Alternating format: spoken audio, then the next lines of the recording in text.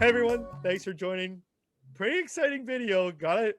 I know a new face. We'll do a little intro in a second. Gonna do some Q&A stuff. I know we grabbed a bunch of questions kind of from wherever I could find them. Reddit, the investor forums, Telegram.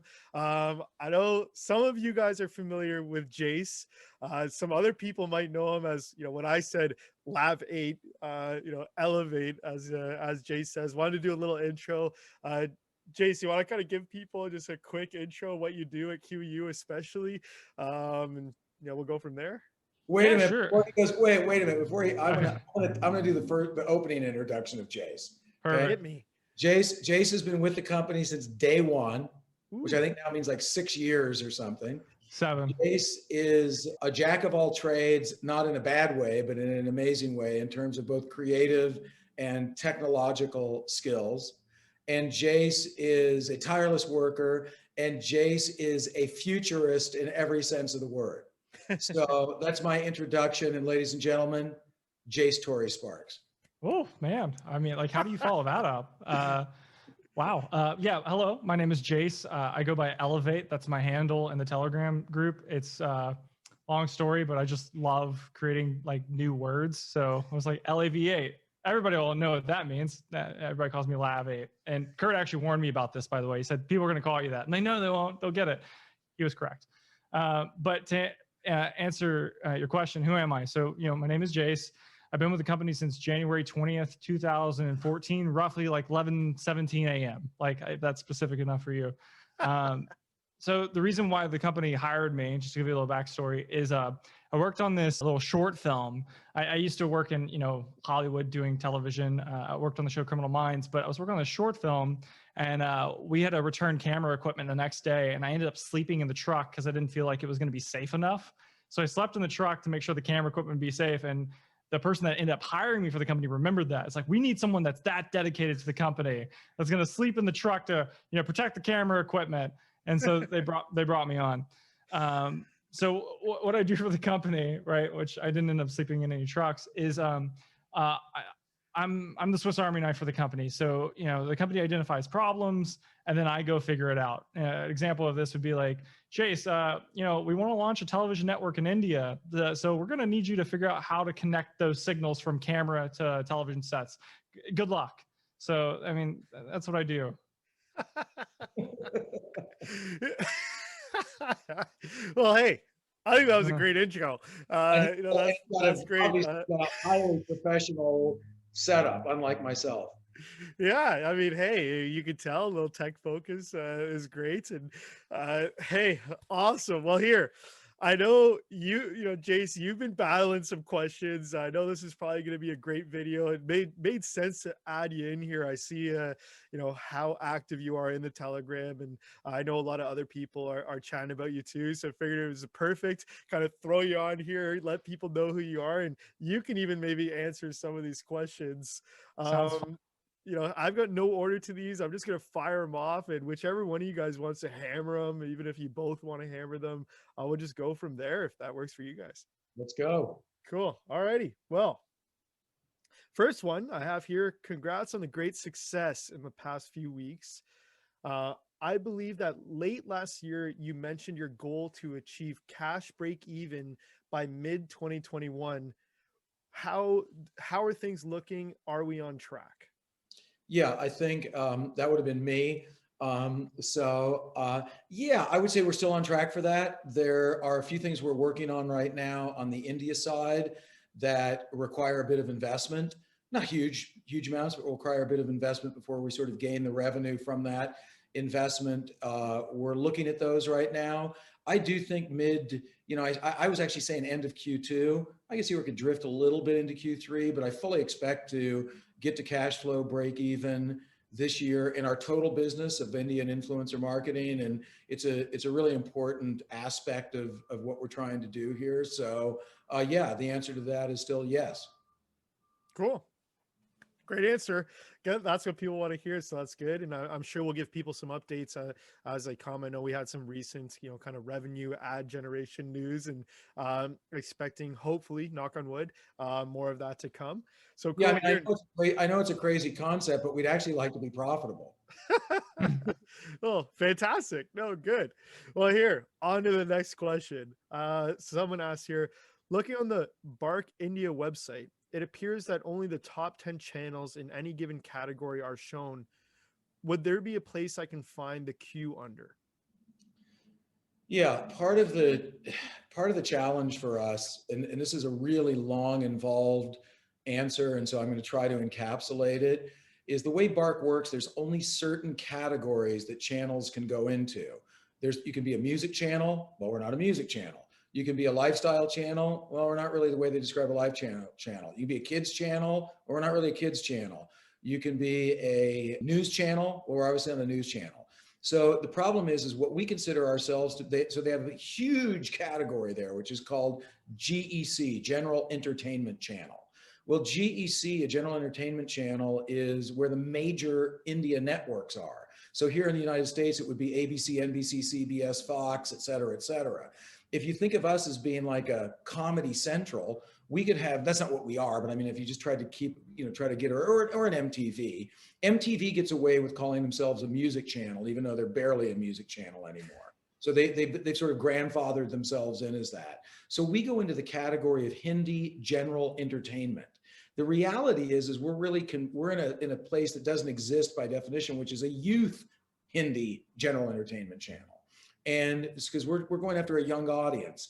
And so in competing against that, it's very difficult for us to get into that top 10 because there are 10 other channels that are owned by the big boys, et cetera. With that said, we're audacious dudes in terms of what our goals and aspirations are. And so we're doing some things and we're working on some things that may be tied into what I just said about investment, et cetera, where we want to move further up that chain. And I'm not going to guarantee that we're going to hit the top 10 this year, but we're working on some things that can move us up even more dramatically in terms of gross rating point, audience size, et cetera, than what people have seen to date. But unfortunately, we're in that category. So you just have to dig in, look for the queue, et cetera, because we as a company subscribe and pay money on the Bark platform to be there, et cetera. We get our own reports and we can arrange that the way, however we want, et cetera, but that's not available to a person just going on to look at channels. Yeah, look, makes sense. I think that was a great answer. Here going on, and Jace, don't worry. Well, I will come back to you and get you in here. Oh, I'm here. I'm here to enjoy this. I mean, this He's is great. He's used to me dominating the conversation, so it's nothing new. Hey, I got some tech things, coming up here, especially for Jace.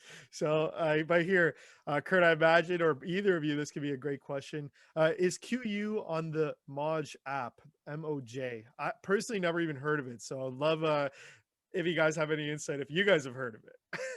I have not heard of the Moj app, MOJ. I don't know what it is.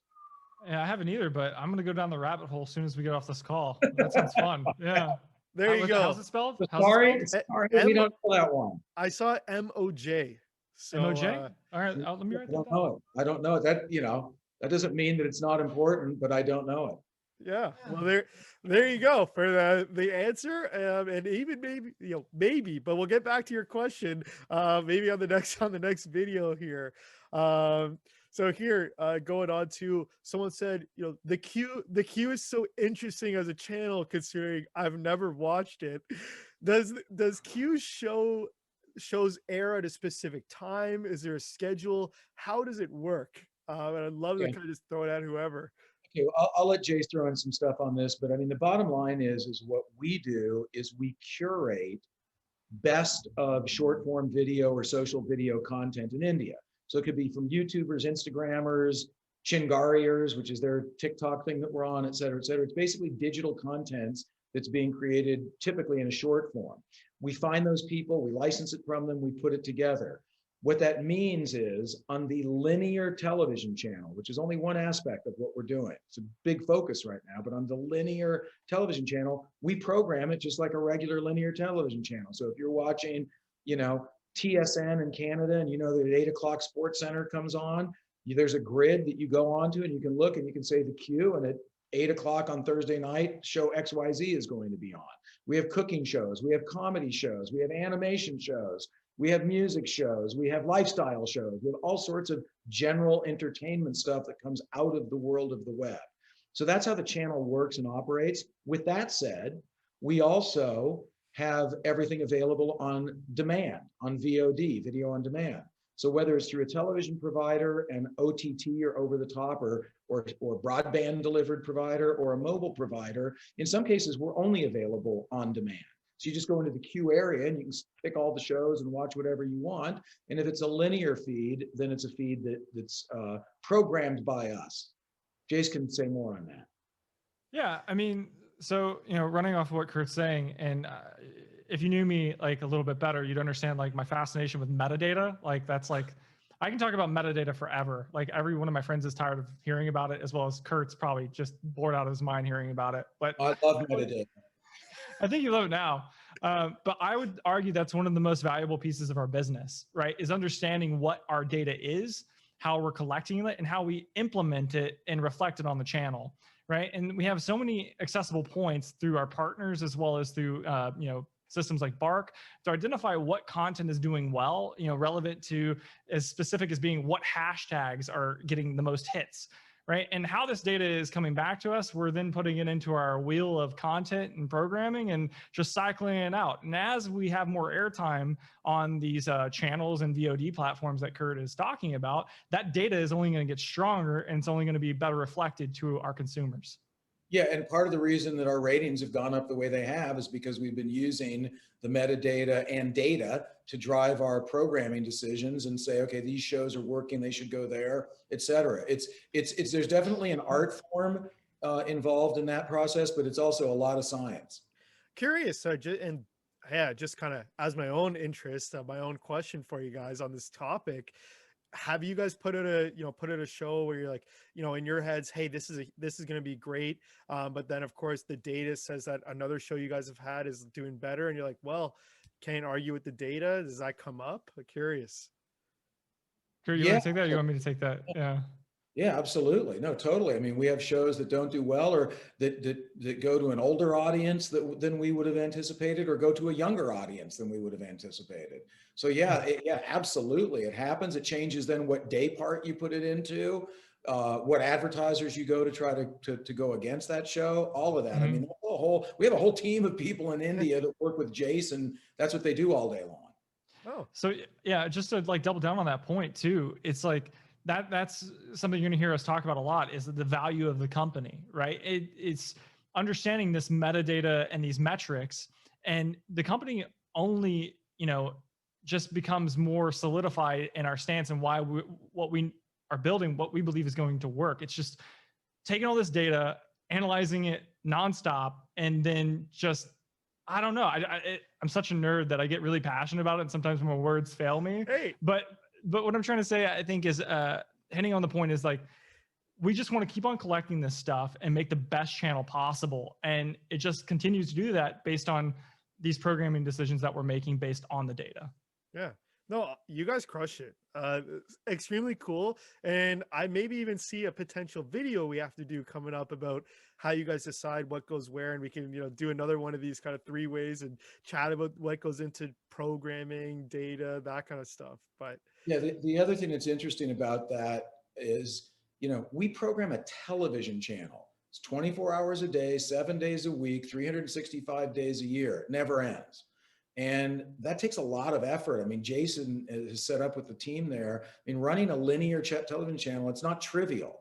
And if you want to run one that's successful, then it's really not trivial. And so, and that feeds off into everything.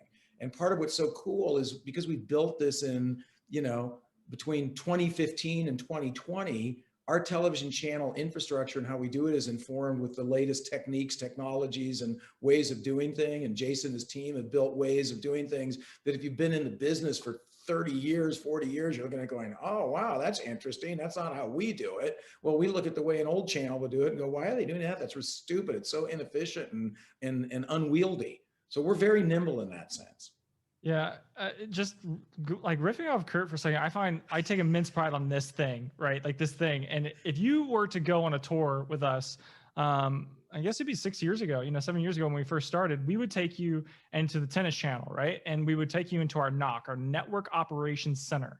All right. And when you walked in there, there would be approximately 6 to 8 people manning, like, just a wall of televisions, right? With all these little monitors, right? And all these little buttons, and they're all telling, the channel to do certain things, graphics to fire, et cetera, et cetera. And I go on and on how complex this was. Well, over the last 7 years, what we've done is we've slowly been removing that equipment and those people and putting it into other forms of technology. Into a laptop. Exactly, into a laptop. So like at one point, right, we took a room that was probably the size of a small apartment, filled with people, and we've condensed that essentially into a laptop, making these production programming capabilities and a way that we can operate these television networks in the cloud. And in some instances, being able to make these programming changes off my cell phone. Well, Yeah, here, so he loves it when he changes the programming schedule. We can go even deeper into the weeds here, because I got a question that I took that was about tech. And so you're already talking about reducing this, and you're talking about laptop, talking about cloud. I have here, are you guys looking at using any new technologies such as AI, blockchain, cloud computing, 5G to help scale the business? Especially AI and automation. How many hours does the audience have? Jace, over to you. Okay. So I'm going to do my best to not go off, right? Cause literally give me 30 seconds. Oh, that's impossible, but I'll do my best. All right. This is what we'll do. All right. We're just going to go. We're just going to riff. All right.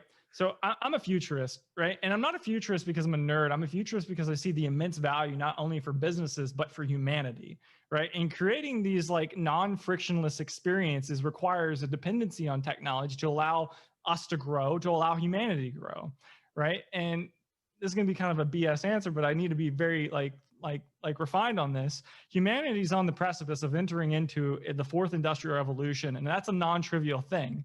And for that to happen, 3 things have to happen in technology, right? 3 technologies have to change. Unless those happen, you can't enter into the next phase of where humanity and society is supposed to go. And those revolutions are in the technologies of communication, power, and transportation. All right. You have to hit those 3 things for society to evolve.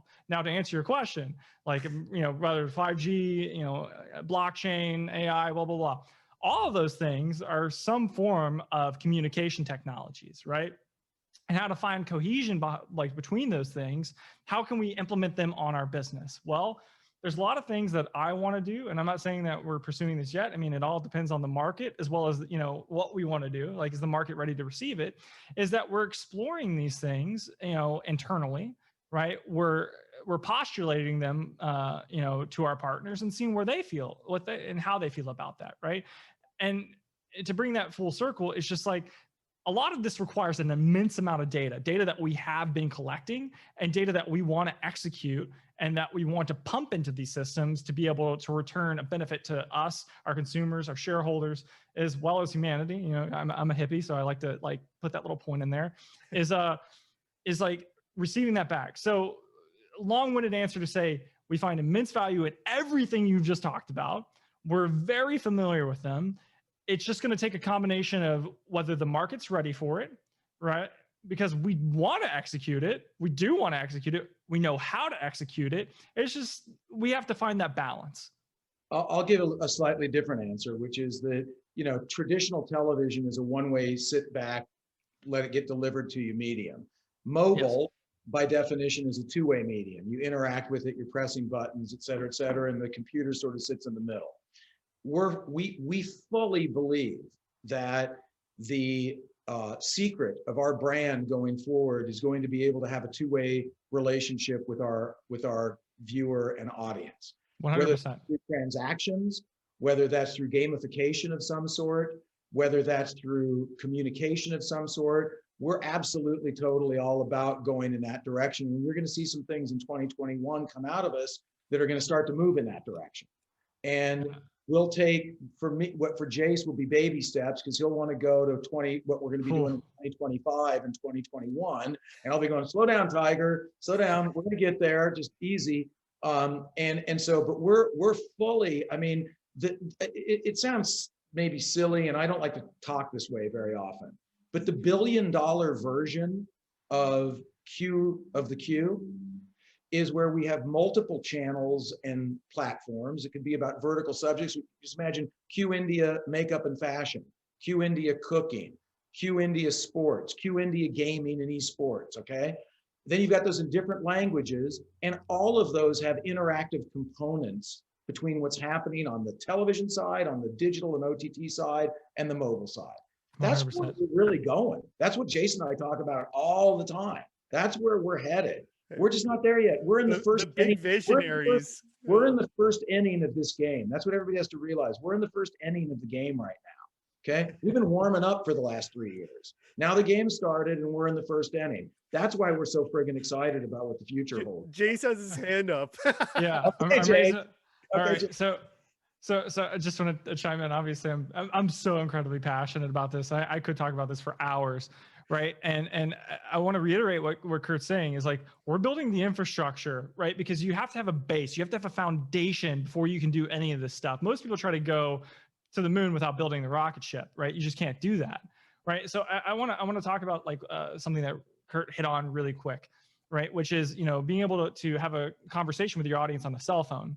Right now, traditionally, there's been 3 types of viewing experiences, right? There's been passive, sit back, just I'm going to watch television with my clicker. I'm switching channels, passive, laid back experience. There's active, you know, going to something like a YouTube, hunting out your content, you know, putting search strings to return the content that you're specifically looking for, and algorithmic content that's being served on based on preferences. Now, this is what Kurt's been talking about. And the thing I'm most passionate about is we're entering into the, once again, the 4th industrial revolution is what's called tactile viewing, right? Being able to actually reach out and touch your content. And we've been doing these with like these micro self-contained app experiences like TikTok, Instagram, and, you know, Facebook, you know, pick your poison. But what we're about to see is just mass adoption of tactile viewing experiences. And the reason why that's going to happen, right? There's always a few barriers to, you know, impede technology, right? Which is, it's always been a couple things, right? Well, with viewing experiences, it's been a barrier, right? These 2 barriers are, I first have to have a device that I can interact with, right? There was no mass adoption of, you know, something like cell phone technology before, you know, 2000 and let's say 14 in reality. That's a lie. 2012. Let's go 2012. As well as there wasn't really a way to monetize these things. Okay. Well, those worlds have collided big time with things like blockchain, cryptocurrency, and you know, the ability to put e-commerce inside these things with like time metadata injection. And I could go on a deep level on this forever. So I'm going to reel back, but just overall, I want to paint the picture for you guys and say, look, okay, I'm looking right at you right now. This is everything I want to do. All right. But this is why Kurt and I are a great partnership, right? Because I'm a dreamer and I can see the future and I want to reach out and grab it. Kurt is the perfect partner for me because he says, Jace, let's focus on this right now. Like, I know where you want to go and I'm going to get you there. I'm going to get you there. We're going to cruise to that future. All right. We're going to cruise. We're not going to sprint. We're going to cruise. And I'm very happy about the things we're doing. And I'm very passionate about the vision and the future of our company. We're gonna colonize Mars, but first let's walk on the moon together. Yeah. Okay. I'm gonna sum it up. The answer to the question, absolutely. We are extremely passionately looking at this technology and the next level of entertainment. So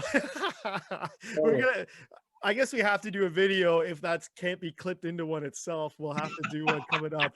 I'm not asking any more tech questions. So moving on, I thought probably a good thing. Yeah, some good ones, and those are amazing. You guys bleed passion, which is awesome. But here, a question for you guys. You know, the Q looks like there's been some incredible changes and some incredible growth over the past few months. Is the Q currently hiring, and if so, for what? I mean, we're building across everything. Honestly, we're hiring more salespeople. We're hiring more marketing people. We're hiring more programming people, and we're hiring more tech people. So yeah, we're hiring. Good. I think that's a great question or great answer. Cool. So here, next one I have it kind of bouncing between a bunch of things. Any update on the U.S. influencer marketing business in terms of current revenue or guidance? Can we expect things coming in the future with a guided plan for things to expect in 2021? Yeah, I'm not quite ready to give guidance or to talk about that on the influencer side. What I can tell you is we had a big rebound and recovery in that business economically in calendar Q4 of last year. And we're expecting that to continue through Q1, Q2, and the rest of this year. We've got as solid a pipeline of business as we've ever had. There's some stuff that I can't announce yet. The US influencer marketing business, again, is important to us, and we don't talk a lot about it.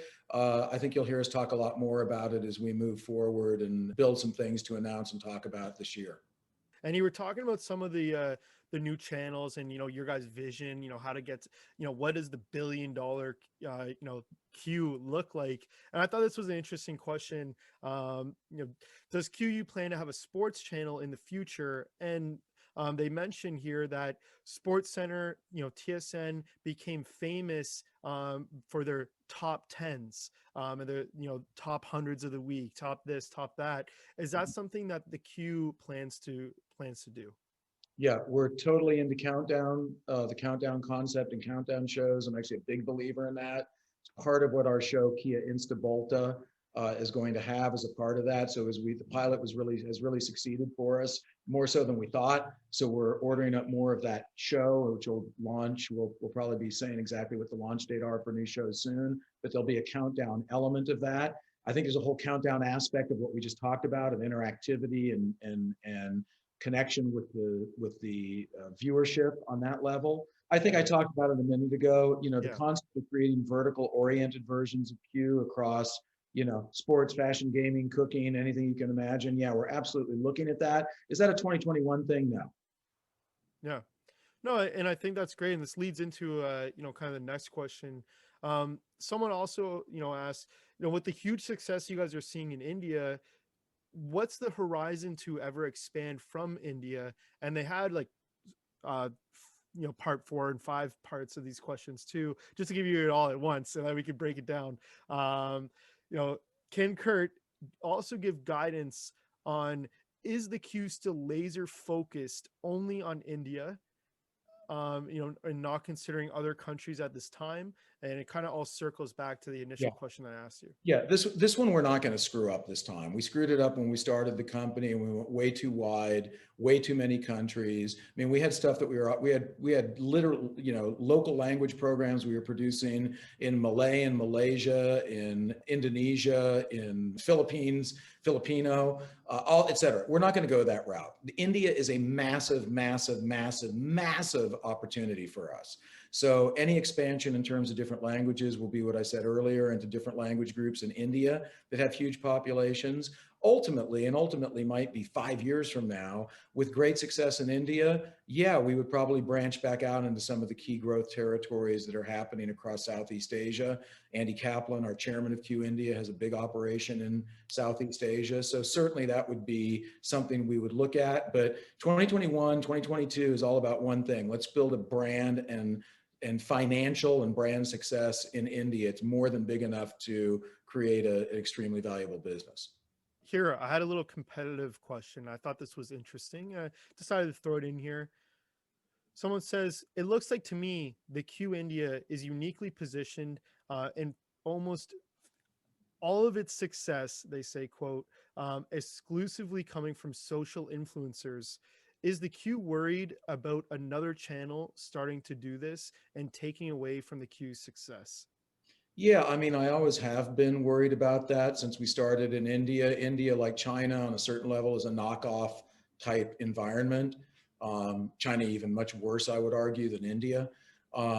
So that was a concern. It was a big concern 3 years ago, a little bit less of a big concern 2 years ago, et cetera. I don't want to jinx us, I'll knock on wood, but we're kind of getting a lead right now in terms of what we're doing that I think is securing us. It doesn't mean somebody couldn't have started another version of MTV or another version of, friggin' anything, the Food Network. But I think at the end of the day, I think we're actually, I worry about that less and less and less with each passing month that goes by. You cannot trivialize. It seems easy. Keep in mind, we're not scraping the internet. We're licensing this content from individual people and companies. We're repackaging it. We're putting together. We're getting distribution. We're setting up ad campaigns. This isn't like, okay, someone can launch this in a month. It's take them years and a lot of money. So if anything happens, somebody wants to get in our business, guess what? They're going to write us a giant check and they can have it.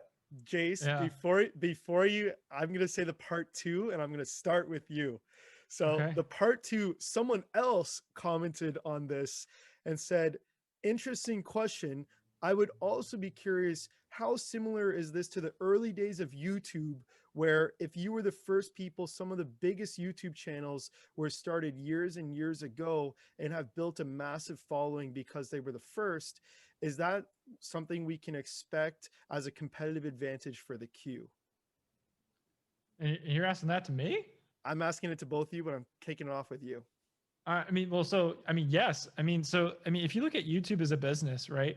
It wasn't necessarily, like people just understood what YouTube was. It was the infrastructure of YouTube, being able to upload a video, transcode it, and serve it, right? Like the actual technological back end of what YouTube is what made it so valuable, because it was instantaneous and it was pretty frictionless for the time, right? And what's great about what our business is, right, and I'm taking my side of the brain, right, of this conversation, is yes, like we have created a platform that is frictionless for YouTubers, established or not, by the way. It doesn't necessarily have to be an established YouTuber. It could be anyone that has a great story they can tell, to surface their content for the very first time to basically anyone in India that has a satellite dish. Right, we are beaming content down into remote villages that they previously would not be able to reach. Right, and I'm not trying to like minimize, the infrastructure of India whatsoever, but what I'm trying to say is like the gravity of what I'm saying is we're giving these YouTubers a whole new audience that they were never able to reach before, and doing it in a frictionless way. I'll say two things that I talk about all the time. The first one is I was on the phone with a guy licensing some content in India, and he basically was getting 30 million views of every video he was posting, and he wanted to be paid up front. And I told the guy, I said, I'm not going to say who it is. I told the guy, I said, that's friggin' amazing. 30 million views of video. It's like, it's insane. But I said, we don't pay guarantees. And I said, you should be super proud of yourself, and that's incredible, et cetera, et cetera. But that means that there's over 1.2 billion people in India who've never seen your video. Exactly. And so that's the opportunity of coming with us. I said, the second thing is that there's a TV show in the United States called Friends that Netflix that year had paid $100 million for all the episodes of Friends on Netflix before NBC took it back for their platform. And I said that everybody's seen Friends. It's been on syndication, it's been on TV, it's been here, it's been there, it's on, you can pirate it, you can see it everywhere. But they paid $100 million. Why is that? Because people like to watch it over and over again. People like to watch content they love over and over again. So I said, dude, if we hit one of your 30 million people that have seen your thing and they happen to see it on the queue, they're going to watch it again because they love it. Okay. And they're going to pull their friend into the room and say, hey, come here, watch this. So that's why content has value. And that's why our distribution scheme of setting that up, we think we've got something really unique going on with it. Cool. No, I think a great answer. And, it leads into, we can do other chats, of course, about, your guys' strategy to continue to grow really what seems like a competitive advantage in the exclusivity of some of these guys working with you. Look, that's all the questions I had. Took a little bit longer than I expected. You guys killed it. I'm gonna throw it back to you guys. You guys have a minute or two here if you want to add anything else. If you're getting questions that I didn't answer, which I'm sure you guys are. I picked 10 out of 100. So if you guys have any questions that you've been getting that you want to throw in here, I would love to do it. My biggest thing for followers and investors is what I just said a minute ago. India is in the first inning of its real growth into this sort of new world that we all live in around social video content and mobile video consumption and consumption across any screen and all the rest of this. It's just beginning there. And we're in the first inning of our strategy and game in India and what we plan to do. Again, did we think we were going to set it up in a year and a half, and it took twice that or more? Absolutely. But we're positioned now to really be able to take advantage of the macro environment of what's taking place in India and in all the stuff that Jace is talking about with the infrastructure, the capability, the longer term view of interactivity, et cetera, that we have, different channels, all the rest of the stuff of what we're looking. So I would, tell an investor who's following us, hey, let's not all jump up in the air and high five each other too early about 27 cents. That's friggin' great. I love it too. It's fantastic. Couldn't be happier. But it's just the beginning for me. I mean, we have much, much, much bigger aspirations than getting to 27 cents. Awesome. Hey, I think that's a good way to cap it. Jace, anything you want to say on your end? Yeah, I mean, the truth is we love what we do, right? I'll leave it very simply. Like we wouldn't be doing this every day and fighting for the last, 7 years if we didn't love it. I mean, this is what we enjoy. We legitimately enjoy this ride that we've been on for this long, and we just want to keep on going. We just want to keep on making cool things. I mean, and what we're doing is cool. Like meeting all the people that we have, right? And spending time with the people we've had in all the rooms all over the world, right? It's been a blast. Jason, we're just jonesing to get back to India. It's true. Yeah. We miss India. Yeah. Oh, look, guys, everyone can see the passion, especially in this video, especially around tech for you, Jace. Wow, that was incredible, impressive in some points. But look, this is great. I got one final thing, Jason. Hit me. We're not in the same room right now, but Jace and I, about 2 years ago, because of the new office we moved into there and the way it was configured, we started sharing an office. So we actually share an office. Jason, he's at his place. I'm at the office right now, but we share an office. If you can see here, our desks are apart from each other because I got so tired of calling Jace into my room, my office constantly going, dude, can you explain this to me? Or what is this? Or what are we doing here? So we just ended, which unfortunately for Jace means one thing. He also now knows all about my personal life, which I feel badly about, but it's just the way it is. I love it. It's my version of a soap opera, because it's fascinating. I don't have enough time to watch television or Netflix or all this. So I'm just like, I'm on edge every day. It's great. You're the one building it. No. Yeah. Well, hey guys, this was awesome. Definitely gonna have to do a second Q&A video coming up. I'm sorry if we missed your questions. I'll definitely get some answers out to you guys, but we're definitely gonna do another Q&A coming up. Jace is gonna have to come on for some tech videos and things we're gonna do in the future. Jace is great media. Thanks for coming on. Kurt, as always, look forward to chatting with you guys soon. All right. Cool. QYOU.